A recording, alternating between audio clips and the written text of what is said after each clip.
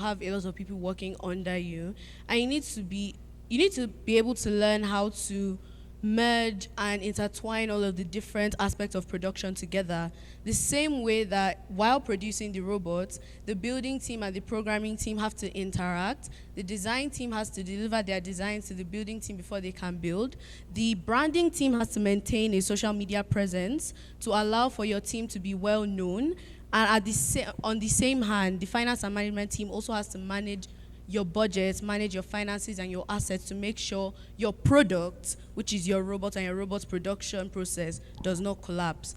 So, in this sense, I would say that being in first specifically has taught me a lot about business skills because you learn a lot about cooperation, healthy competition, managing your social media, critical thinking as well. Like you gave the example of Mark Zuckerberg when he started Facebook. Obviously, he knew how to code, but how would you apply your skill without knowing what problem you'd like to solve?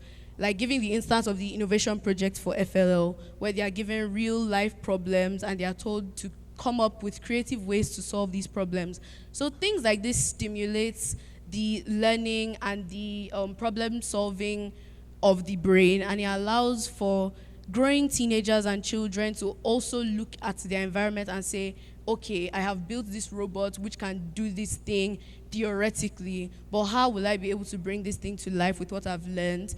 And it will encourage them to actually say, I've made this thing as a mock-up. Let me try and see how it will work in real life. And with all of the things I've learned, it will be possible. Fantastic, fantastic. Can we give her a round of applause? I mean, what she's talking about here is cross-functional integration, learning to work with others, teamwork, connecting the dots around what each team is doing to the final purpose, and also having the concept of how do I research, on problems and prefer solutions for them. And that is the spirit behind what we do in FIRST. Thank you very much for that. I think the future of Nigeria is bright, given what I am hearing from these students today. Yes, it is indeed bright. Smile. I see the future will not actually contain people that are not digital literate. So to have more value in the future market or the future workforce, you are expected to be digital literate. I just take for instance, participating in this competition has actually helped me a lot. You see, talking of how this has helped me, I'm very digital literate. So this adventure is going to give me more value in the labor market because you don't expect I that's all this exposure because this is an eye opener.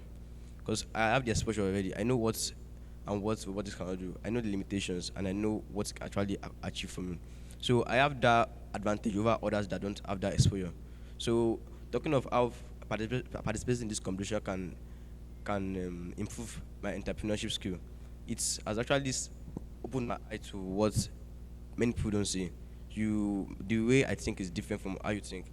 When you actually think something is unachievable, I know with AI I can achieve it. So this will increase and add more value to me in the future workforce.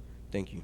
Thank you, Ismail. He has talked about the mindset that this program has changed his approach to issues. His mindset has changed, and he has reminded us once again that if we are not digitally literate, then we are not going to be part of the future. So that means that those of us that are elderly ones here, we need to go back to school and learn computer. Otherwise, the future, we can't be part of this future that is coming. Thank you, Ismail. Our coach, what do you think? Yes. You agree with them? Yes, I agree with them. Their points are okay. And I will say that, or let me add up to what they have said, precision and attention is very necessary in the future market. You need to be precise, you need to have a target audience, and you need to give attention to the people you are targeting. Just like you were talking, my word here from Vivian Fowler just said something. She said, like the FTC she's used to, or she's currently into it now, for them to execute a particular mission, there must be precision. precision is very, very necessary. So you must have a target audience, your precision must be there, and your finance, know how to problem. When you are solving your problem, you must learn project management, how to manage everything around you so you'll be able to solve and meet up the emerging world. Thank you, sir. Thank you very much, Coach. So, from what I've heard, you guys are ready for the job market of tomorrow. You're ready to fall in place. You're ready to walk in a way that those frictions that you find in offices today, where because of you've not had teamwork, you've not had to deal with people in working in a team, interpersonal relationships are not, creates challenges in the office. But now, because you're there, you know how to manage other people, you know how to connect the dots between each parts of production process, getting things into the market. I think I am excited about the future. So we have the people directing the policy, directing, shall I say, midwifing the future of education in Nigeria here. In 30 seconds, each one of you, what message do you have for the Federal Ministry of Education? What is the message you have? Let's start from Ismail here. You see, the Federal Ministry of Education, I don't want to show my gratitude because I can't thank you enough. But I will still encourage and advise the Federal Ministry to please continue the digitalization of education in Nigeria, because the country shouldn't be lagging. The others are already in the future, what we have seen in the past. And there's something known as Industry 4.0. Industry 4.0 entails the use of robotics and AI to actually grow and produce things. So we don't want to lag behind. I'm speaking on behalf of all the children and all the students that the Federal Ministry of Education should please continue the good work and enhance digitalization of education.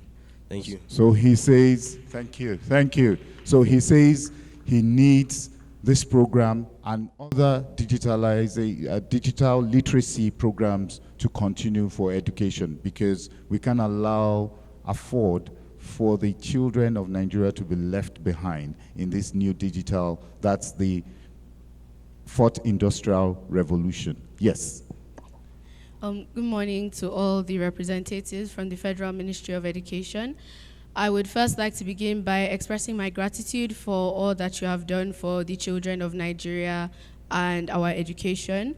But what I would like to add is that, as Ismail said, the digitalization of education in Nigeria, and also I would also like to add that while it is one thing to learn in theory, it is also one thing to practicalize.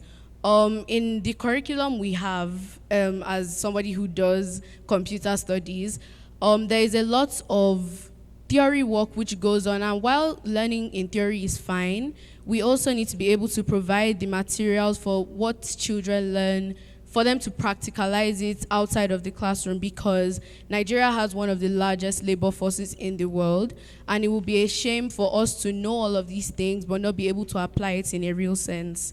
Thank you. Thank you. Once again,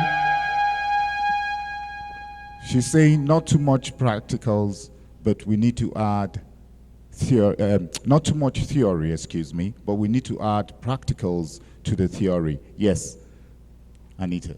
Well, shout out to the Ministry of Education for sitting down to think and bring out such an idea. Thank you very much. I'm representing the northern side of Nigeria, especially UB from our school. We have learned a lot of things. You people introducing such an awesome thing has really helped my life. I'm a type that doesn't have, when growing up, I was a type that thought these things were not kind of fun to be. My brother is a computer engineer. He loves things like this. So whenever he's doing it, I think as if the thing is not interesting. Me coming, sitting down, my coach teaching me how to code. I never thought I could code, but thank you to the Ministry of Education. Well, what I want to add on is that please, as a child and also a student, I'm growing up and my other friends too are growing up. So please, this game should not die, but instead, more fire. And we pray that God will bless you and more grace to your elbow. Thank you, thank you, thank you. At this point, our coach, you have one word